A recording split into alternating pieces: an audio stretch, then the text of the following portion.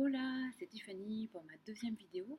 Alors, je ne suis pas à Moscou aujourd'hui, je suis à mon hôtel à Bilbao, donc je suis très contente de vous retrouver car j'ai pu tester ce fameux petit truc qui permet de briser la barrière de la langue. Donc en général, quand tu pars en vacances, qu'est-ce que tu fais? Tu achètes un petit bouquin coloré avec des petites images que tu potasses dans l'avion 5 minutes et puis tu te dis, bon, je préfère regarder mon petit film et puis, de toute façon, je parle anglais, donc tranquille. Et puis, tu arrives dans le pays, et puis là, tu vois que déjà, tu connais pas la langue, et que vous parlez pas, que tu parles pas le même anglais avec les habitants du pays. Et donc là, tu commences à stresser, tu te dis, oh là là, j'ai perdu mon temps à regarder le film qui était nul en plus, au lieu de potasser mon livre. Donc, c'est la panique, et donc, tu as affaire à la barrière de la langue. Donc, en général, ça t'arrive au restaurant.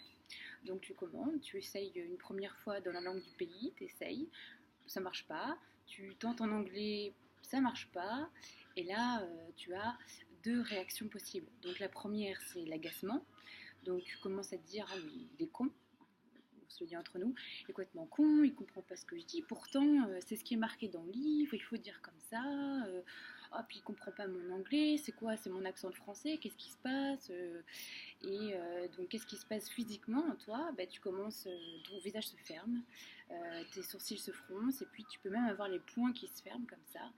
Et donc, vraiment, en fait, tu es en train de te fermer. Et qu'est-ce que tu penses qu'en face de toi, le serveur pense? Il se dit, oh là là, c'est quoi ce type? Je comprends rien de ce qu'il raconte. En plus, il est pas content. Et moi, je bosse, lui, il est en vacances tranquille. Et en plus, j'ai plein de monde et il va me mettre en retard. Donc, qu'est-ce qui se passe? Lui aussi se ferme. Et donc, qu'est-ce qui va se passer? Ça va devenir un très mauvais souvenir pour toi et un moment très difficile pour vous deux. Et donc, il y a la deuxième réaction, donc à savoir le petit truc qui est le sourire. Il faut sourire, il faut rire de soi-même, il faut dédramatiser la situation. Hein. Donc en fait, quand tu es au restaurant, donc tu essayes dans la langue étrangère, ça marche pas, tu essayes en anglais, ça marche pas, tu souris. Il faut sourire, il faut voilà, rire de soi-même, rire de la situation.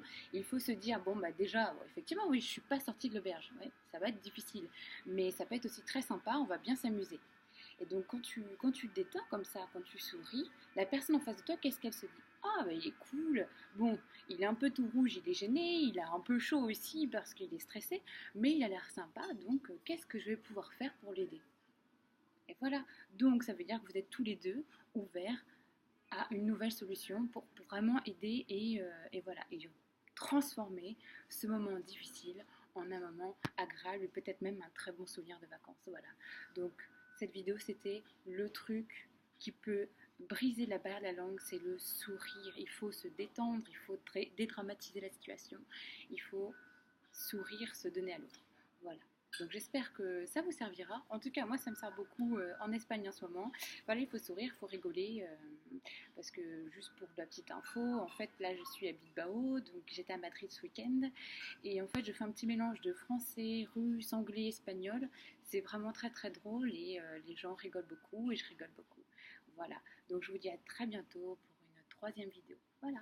Salut!